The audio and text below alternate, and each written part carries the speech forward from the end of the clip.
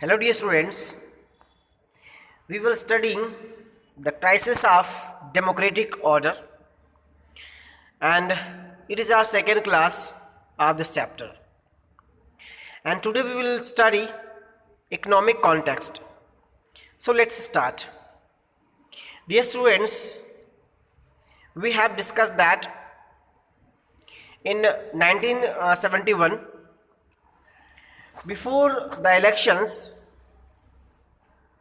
the opposition parties of Indira Gandhi they gave slogan of Indira Hatao,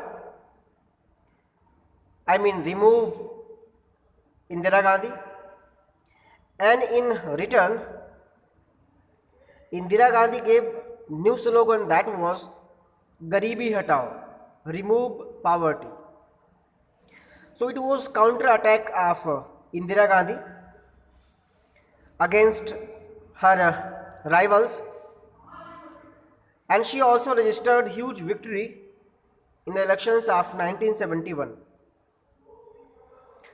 But after some time, it was noticed that the economic condition of country was not improved properly, or in short we can say the economic condition of country was not improved. So there was one another crisis regarding Bangladesh. The war between East Pakistan and West Pakistan was fought in 1971, and during that war, around 8 million people migrated from East Pakistan, the present time Bangladesh, to India. And due to this huge migration, India was compelled to take part in the war, and Indira Gandhi took decision to get involved in the war, and Indira Gandhi supported Bangladesh, I mean East Pakistan, and the result was that West Pakistan was defeated, and around 90,000 army personnel of West Pakistan surrendered before Indian Army in 1971, and new country Bangladesh was created. Due to this help of India to East Pakistan, now Bangladesh, USA stopped the aid to India. It means USA stopped the aid giving to India, and due to this, oil prices increased. And when oil prices were increased, then import and export turned costly, and it started inflation in the country. In 1973, prices of commodities increased by 23%, and in next year by 30%. So at that time in 1973 1974, this was the level of high inflation. Industrial growth was low, and unemployment was very high. Due to these effects, the industrial growth turned slow, and unemployment turned high. And in order to reduce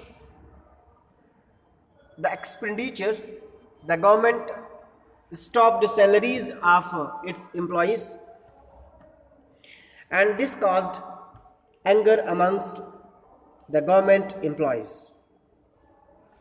And apart from these conditions, these crises, monsoon also failed in 1972-73, and this resulted in drought, and due to which agriculture production was dropped by 8%, means there was a crisis for food grains too, and inflation was high. There was a general atmosphere of dissatisfaction with the prevailing economic situation all over the country. So in this way, poor, middle class, government employees were quite dissatisfied with such actions of the government, or we can say by Indira government. In such a context, non-Congress opposition parties were able to organize popular protest effectively.